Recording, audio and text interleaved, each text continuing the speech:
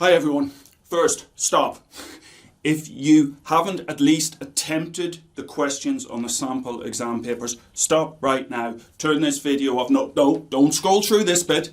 Stop right now. Turn this video off.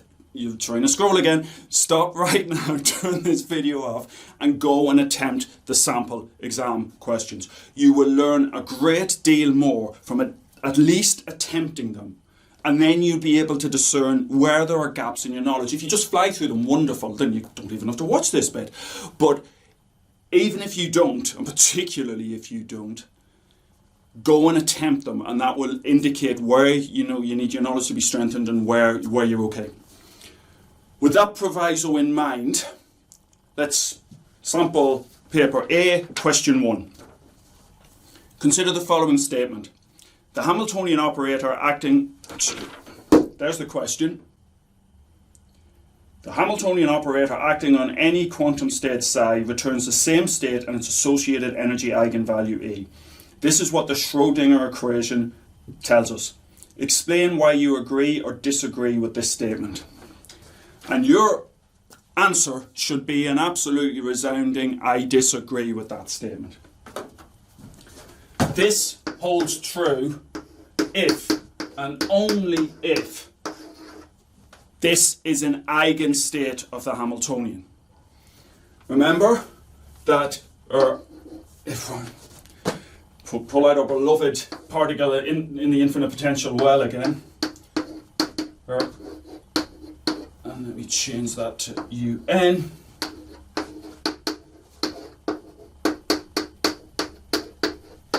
Can we see that? Let me just move it across. Those are eigenstates of Hamiltonian. Now, if the system is in one of these states, this holds true, because that's the time-independent Schrödinger equation. However, if the system is in a state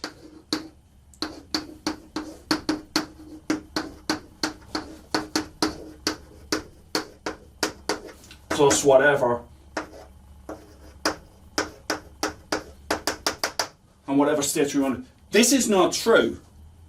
If we start off with this state, we make a measurement of energy, then we will get one of these, an energy eigenvalue, 1, 2, 3, let's just assume we've just got 3 states here.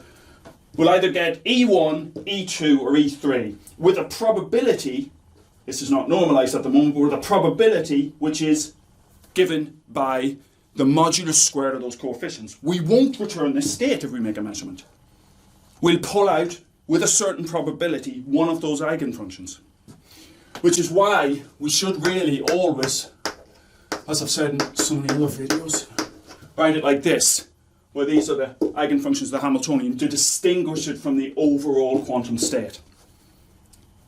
Okay, that's our 5 marks at the start. You need to be able to take that and pithily and coherently explain just that. No, I definitely don't agree with that statement, and this is why.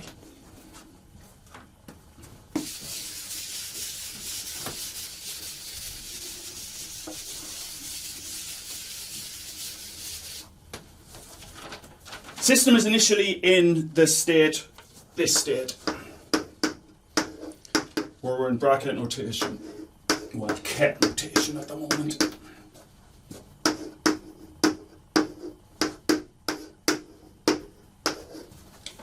And coincidentally enough, that's exactly the same starting state as the quantum measurement simulation I discussed in the last video. So that's our starting state, where these are, as it says, and it's clear here, the orthonormal eigenstates of the system's Hamiltonian, where it says that our eigenvalue equation is this.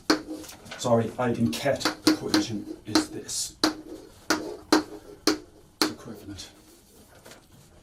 Which is, given that we've got this n-squared dependence, again, we're talking about particle infinite potential well. This is the ground state energy. N equal to 1, we've got the ground state energy, obviously. N equal to 2, we've got 4 times the ground state energy, etc., etc. Infinite potential well yet again. So it says normalize the state vector. Right.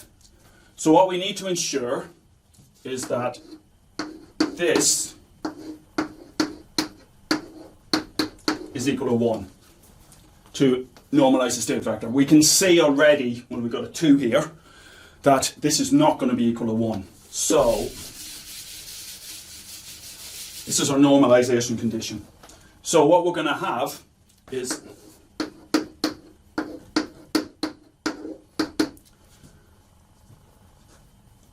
let me get rid of this. These are orthonormal bases.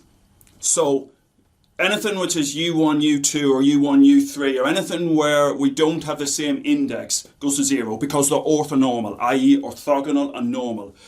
And if we have got the same index, then it's 1. Now remember what this bracket notation means. This bracket notation is equivalent to our overlap integral. So what we're going to have is we've got a bra and a ket. So we're going to have, in this particular case, all we're going to be left with is,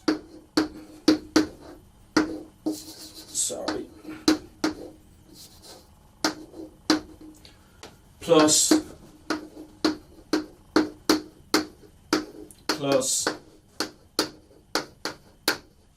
can we see that? I'll put it up there in Camtasia. That's 1, that's 1, that's 1. So when we work this out, we've got 6. But we need this for normalization, we need this to be equal to 1. So what we need is divide through by 6. But remember that this is the product of the bra and the ket. We've squared up each one of these coefficients. So what we need to do to normalize our ket is divide through by 1 over root 6. So, sorry, divide through by root 6. Multiply by 1 over root 6. So 2 over root 6, U1 plus 1 over root 6, U2 plus 1 over root 6, U3.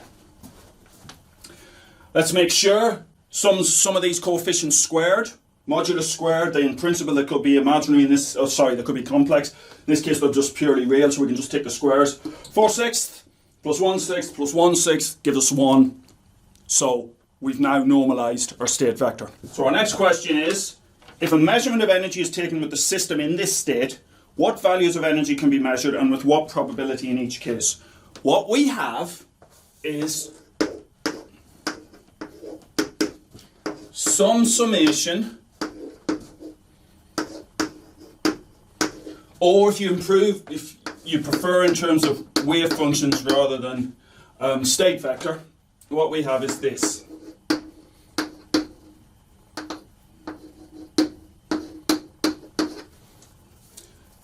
And this is at t is equal to 0. Similarly here, you can set this at t is equal to 0 as well. But this is our starting state.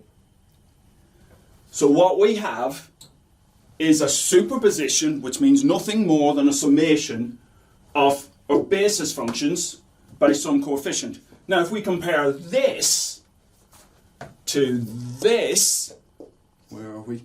If we compare this to what our state is, then what we have is U1, U2 and U3, so n is going from 1 to 3. First coefficient is 2 over root 6, or C2 is 1 over root 6, or C3 is 1 over root 6. That is basically another statement of that, or that is another statement of that. Right? So the only possibilities we have if we measure energy, given that when we apply the Hamiltonian we will collapse the system into an eigenstate of that operator, given that we've only got 3 eigenstates of the operator contributing to our overall quantum state, we can only get E1, E2 or E3. Right?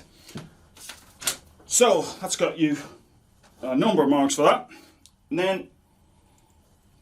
And with what probability in each case? Well, remember, Born rule, the probabilities are given by this. So probabilities are 2 over root 6. So let me go C1 squared. 2 over root 6 squared is 4 over 6. 2/3. C2 squared. Don't let the modulus squared, because they're real in this case, we're just squaring them, but you put the modulus brackets on, the modulus squared brackets on, because in principle these coefficients could be complex valued. In this case it's just real. 1 over root 6 squared is 1 over 6, and C3 is 1 over 6. So we measure E1 with a probability of 2/3, we measure E2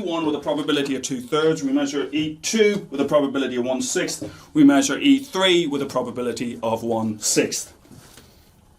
And if you check the simulation and you've got a spare 15-20 minutes to hand and you're really masochistic, then you can just run that system 100 times and just make sure that when you do a measurement of energy starting with the same starting state. So you have to measure energy, reset, measure energy, reset, measure energy, reset, because you've got to start from the same starting state each time.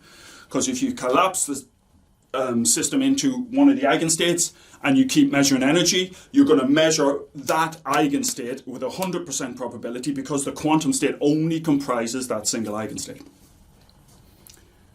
Right, okay. Part 3, show that the energy expectation value, the expectation value of the Hamiltonian operator is 17/6 epsilon. But what I don't want you to do is every time you see expectation value go ding, must drag out an integral. It's not what you need to do. Remember what the expectation value represents. It's effectively the mean value of measurements. We know from what we've just done, we've got 3 possibilities. We can get E1, E2 or E3. So E1, E2 or E3, because we've only got the 3 eigenstates. E1 is equal to epsilon, because it goes as the square of n. E2 is equal to 4 epsilon, and E3 is equal to 9 epsilon.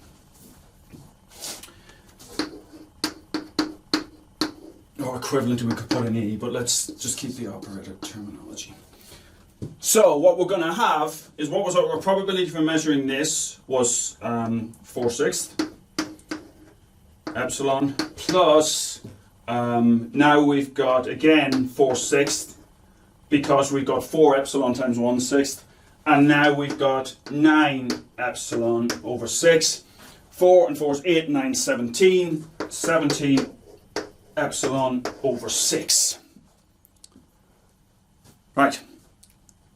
4, how many marks did you get for that? 4. So, no integrals involved. Just thinking about what does an expectation value actually represent. Alright. Part 4. Consider an operator O hat that acts on an eigenket as follows. Is equal to, now instead of n squared, we've got n plus 1.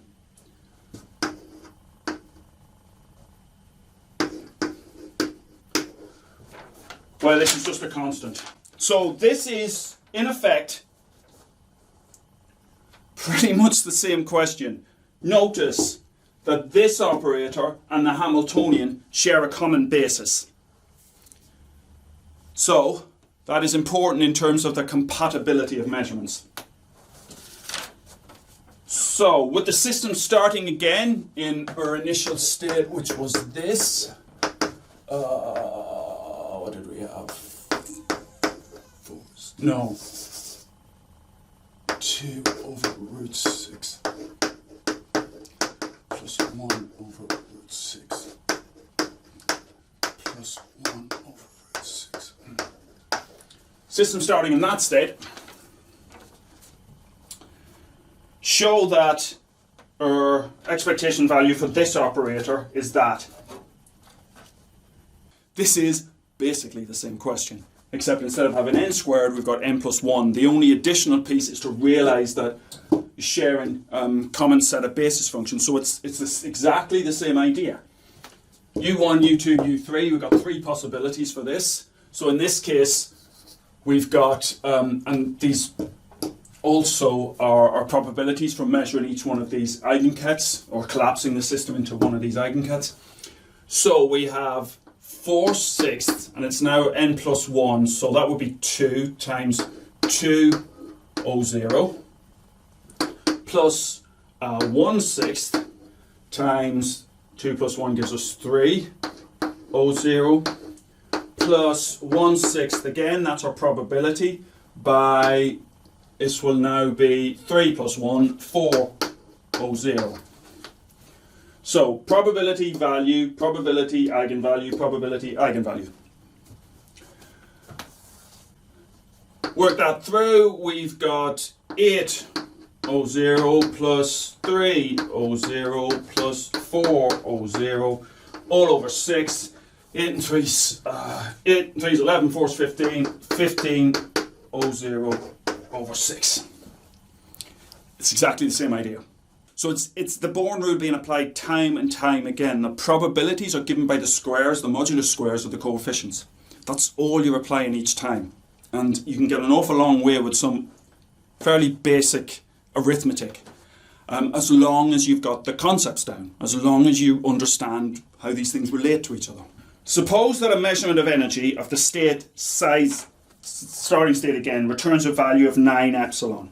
If we subsequently measure O, what value will be obtained? So if we measure 9 epsilon, what has the system collapsed? What eigenstate has the system collapsed into? So it goes as n squared. So E1 is epsilon, E2 is 4 times epsilon, and E3 is 9 epsilon. So we've collapsed into the third eigenstate. If we subsequently measure O, what value will be obtained? Well, what we will obtain is 4O0, because it's equal to n plus 1 times O0. We know we're in the third eigenstate. The operator O and the Hamiltonian share a common set of eigenfunctions, which means that if we've collapsed the system into this eigenfunction when we've made an energy measurement, that's the same basis as for the operator O. So it means that if we now make a measurement, it's in that eigenstate, and the measurement we're going to get is going to be 4O0 because n is equal to 3. We now make an idealized measurement of position, collapsing the system into a delta function state, which is that. So remember,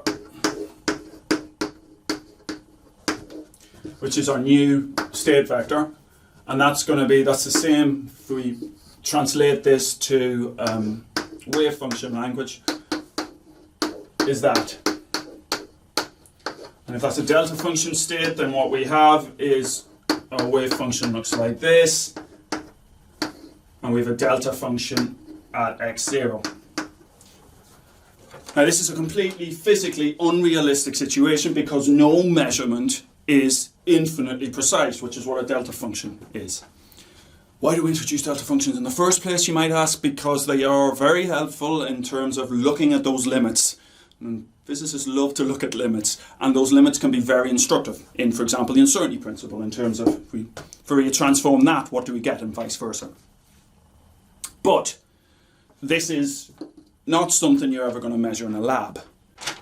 As I said in the previous video, the revision video about superposition in the measurement problem, a much better example is to use a wave packet of finite width that accounts for the fact that you're always going to have a finite resolution. But, as it says in the question, this is idealized. How would we represent this state as a superposition of the eigenstates of the Hamiltonian? Exactly as I suggested right at the start. So we've got some state, it's a bizarre state, delta function state, but, and you can do this either in ket notation, or you can do it like this. And let's put a t equal to 0 as well, just to be clear. That's a t is equal to 0. This is our starting state. This is our delta function state. Now, the problem, it asks you, why is this not a physically valid state? So there are two answers to, well, there are a number of different answers to that. First of all, as I've said, you're never going to get infinitely precise resolution. The other way of thinking about this, however, and this is key, is this is infinitesimally narrow. Uncertainty principle is, so if we Fourier transform this, what we get is an infinitely wide band of frequencies, band of spatial frequencies, band of wave numbers. If we've got an infinitely wide band of wave numbers, and the energy of the plane wave goes like this, and this is an infinitely wide band, then this actually represents infinite energy. Because we're summing up an infinitely wide band in terms of wave number, energy goes as a square of wave number, and This is physically unreasonable, not just from the measurement perspective, but from the fact that that represents infinite energy. So delta functions, although they're helpful in some ways in terms of, I don't know, I was about to say clarifying. I don't think clarifying is quite the right word. At least in terms of providing a conceptual framework in which we can understand the idealized measurement in the real world, the world of experimental physics. And remember, quantum mechanics is all about observables and connecting to the real world. This is not a particularly helpful model of making a measurement. Okay, on to the next question.